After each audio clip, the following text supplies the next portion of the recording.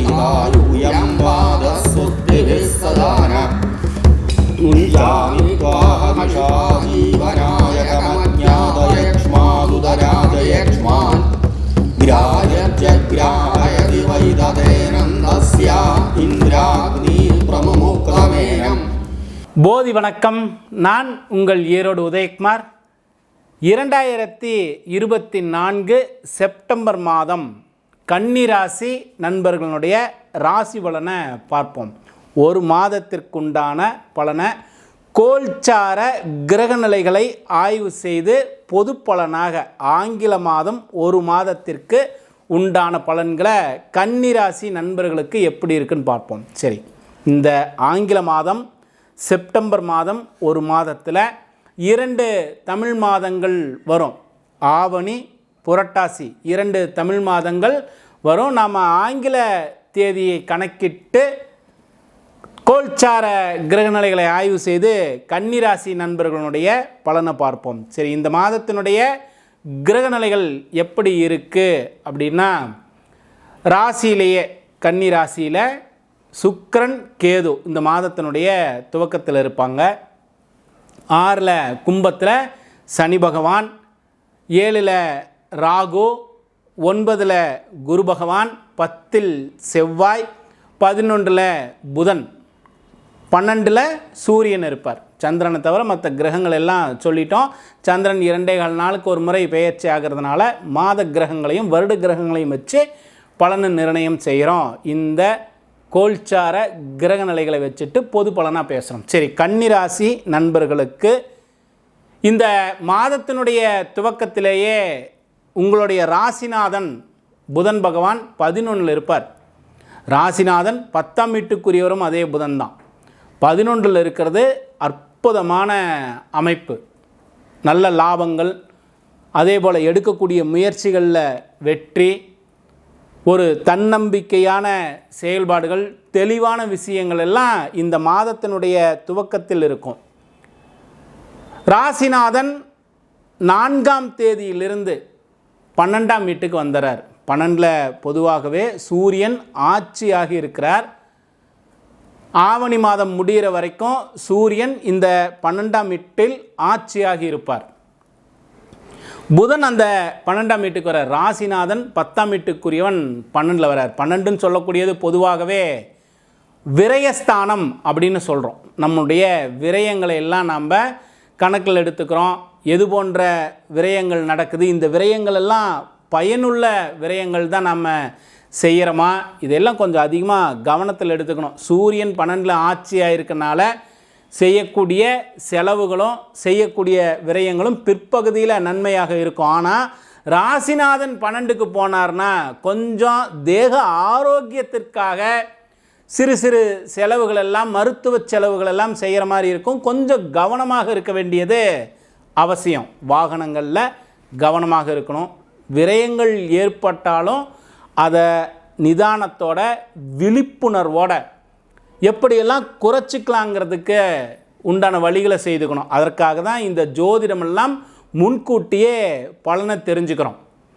அப்போது எதெல்லாம் நமக்கு கவனமாக இருக்க வேண்டிய விஷயமோ அதில் முன்னெச்சரிக்கையோடு விழிப்புணர்வோடு இருந்துட்டோம்னா வரக்கூடிய பாதிப்புகள் குறையுங்கிறதுக்காக தான் இந்த ஜோதிடத்தை நாம் நிறைய விஷயங்களை பேசிக்கிட்டே வரோம்.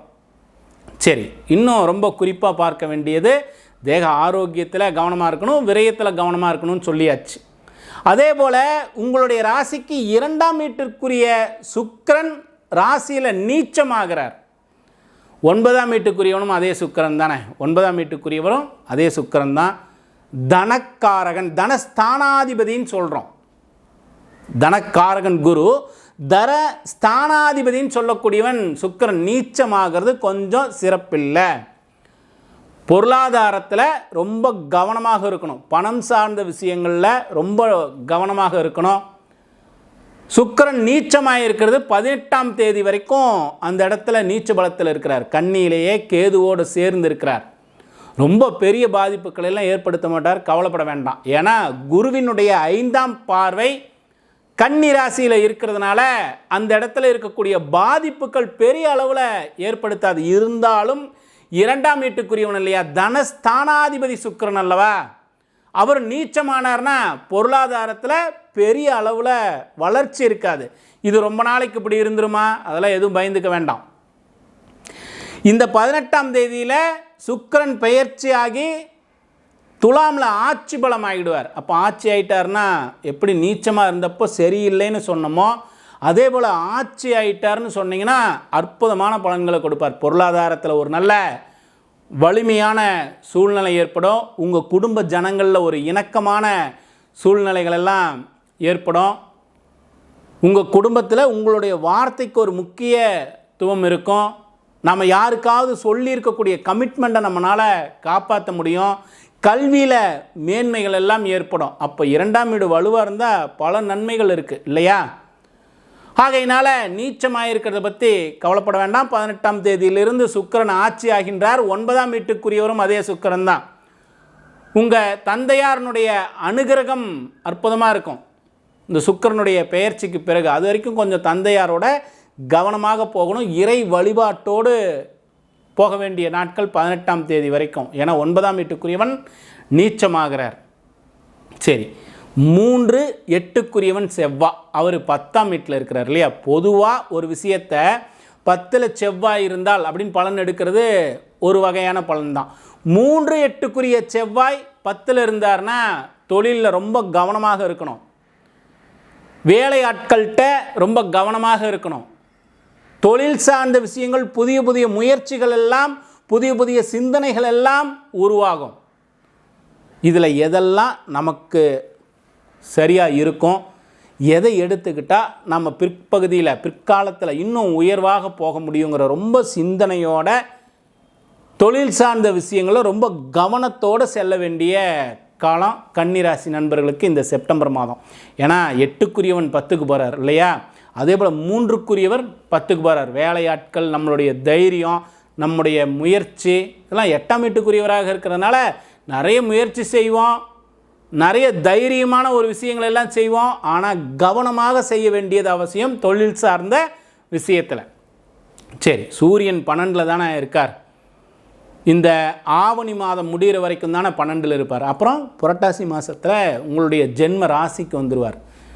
ஜென்ம ராசியில் சூரியன் இருக்கக்கூடிய காலத்தில் உடல் உஷ்ணத்தால் சில பாதிப்புகள் ஏற்படுவதற்கு வாய்ப்புகள் உண்டு.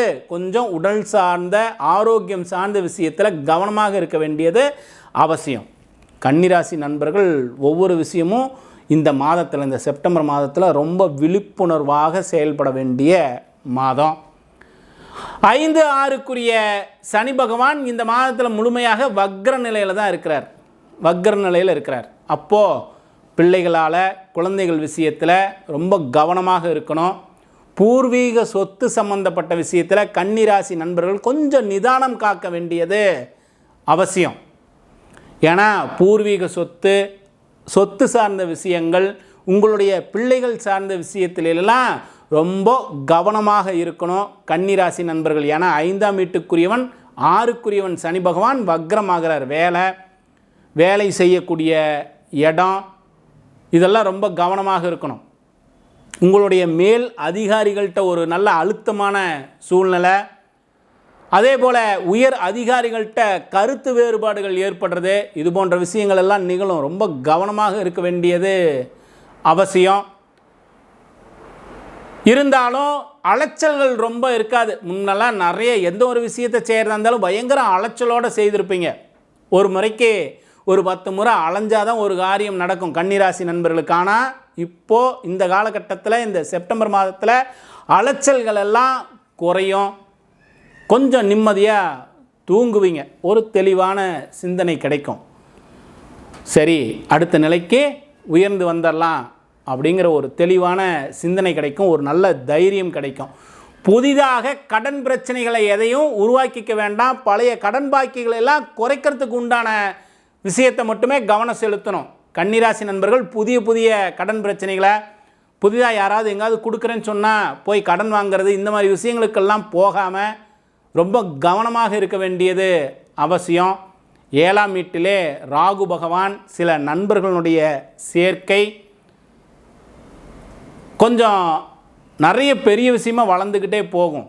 நண்பர்கள் அதிகமாகிட்டே போவாங்க. இருந்தாலும் எல்லா விஷயத்திலும் இந்த செப்டம்பர் மாதத்தில் கவனம் கவனம் கவனம் தேவை. கன்னிராசி நண்பர்களுக்கு இறைவனுடைய வழிபாடு மிக மிக அவசியம். இந்த இறை வழிபாட்டால் ஒரு மாற்றத்தை நீங்களாக உணர முடியும். அப்போது இறைவனுடைய வழிபாட்டை விட்டுறக்கூடாது. கன்னிராசி நண்பர்கள் எல்லாம் இந்த செப்டம்பர் மாதத்தில் இறைவனுடைய அனுகிரகத்தோடு போகக்கூடிய காலங்கிறதுனால இறை வழிபாட்டில் ரொம்ப கவனம் செலுத்துங்க. நன்மையான பலன்கள் இன்னும் உயர்ந்து வரணும். நானும் அந்த எல்லாமல்ல இறை சக்தியை வேண்டி வணங்கிக் கொள்கிறேன். சரி, எப்படியும் ஒவ்வொரு விஷயமாக குறிப்பாக நாம் பேசிக்கிட்டே வரோம். ஒவ்வொரு காணொளியிலையும் நாம் பேசக்கூடிய விஷயத்தை மீண்டும் ஒரு பதிவாக செய்கிறோம். ஏன்னா புதிதாக பார்க்கக்கூடிய நபர்களுக்கு நாம் சொல்லக்கூடிய விஷயங்கள் போய் சேரணுங்கிறதுக்காக ஒரு பதிவு.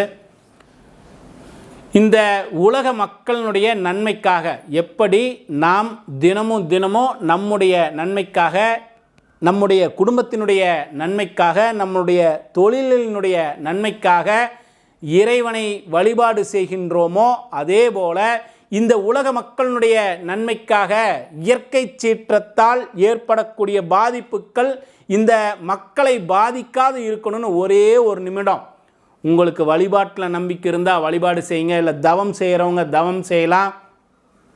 எதில் நம்பிக்கை இருக்கோ அதையே இந்த உலக மக்களுடைய நன்மைக்காக ஒரே ஒரு நிமிடம் உங்களுக்காக நீங்கள் செய்வது போல உலக மக்களுடைய நன்மைக்காகவும் செய்வோம். ஏன்னா உலகத்தில் ஏதோ ஒரு இடத்துல தானே நடக்குது அப்படின்னு இல்லாமல் எங்கே நடந்தாலும் அதனுடைய பாதிப்பு நமக்கும் இருக்கும் இல்லையா? ஆக எல்லோரும் நல்லா இருக்கணும், நாமும் இன்னும் உயர்ந்த நிலைக்கு வருவோங்கிறதுனால எல்லோருடைய நன்மைக்காகவும் எப்படி நமக்காக நாம் வழிபாடு செய்கின்றோமோ அதே போல் ஒரே ஒரு நிமிடமாவது இந்த உலக மக்களுடைய நன்மைக்காக வழிபாடு செய்யுங்க. உங்களோடு நானும் இணைந்து என்னுடைய வழிபாட்டினுடைய நேரத்தில் ஒரு நிமிடமாவது இந்த உலக மக்களுடைய நன்மைக்காக வழிபாடு செய்கிறேன். தொடர்ந்து பல விஷயங்கள் மாற்றத்திற்கு உண்டானதாக நடக்கட்டும், நன்மையான விஷயங்களாக நடக்கட்டும். இயற்கை சீற்றத்தை நம்மளால் தடுக்க முடியாது தான், ஆனால் மக்கள் பாதிப்பு ஏற்படாதவாறு இருக்கணுங்கிறத நம்ம வழிபாடாக செய்துக்கிட்டே வருவோம். நிச்சயம் இறை வழிபாட்டால் ஒரு நன்மையான மாற்றங்கள் நிகழும் நம்புகிறேன். நீங்களும் செய்யுங்களேன்.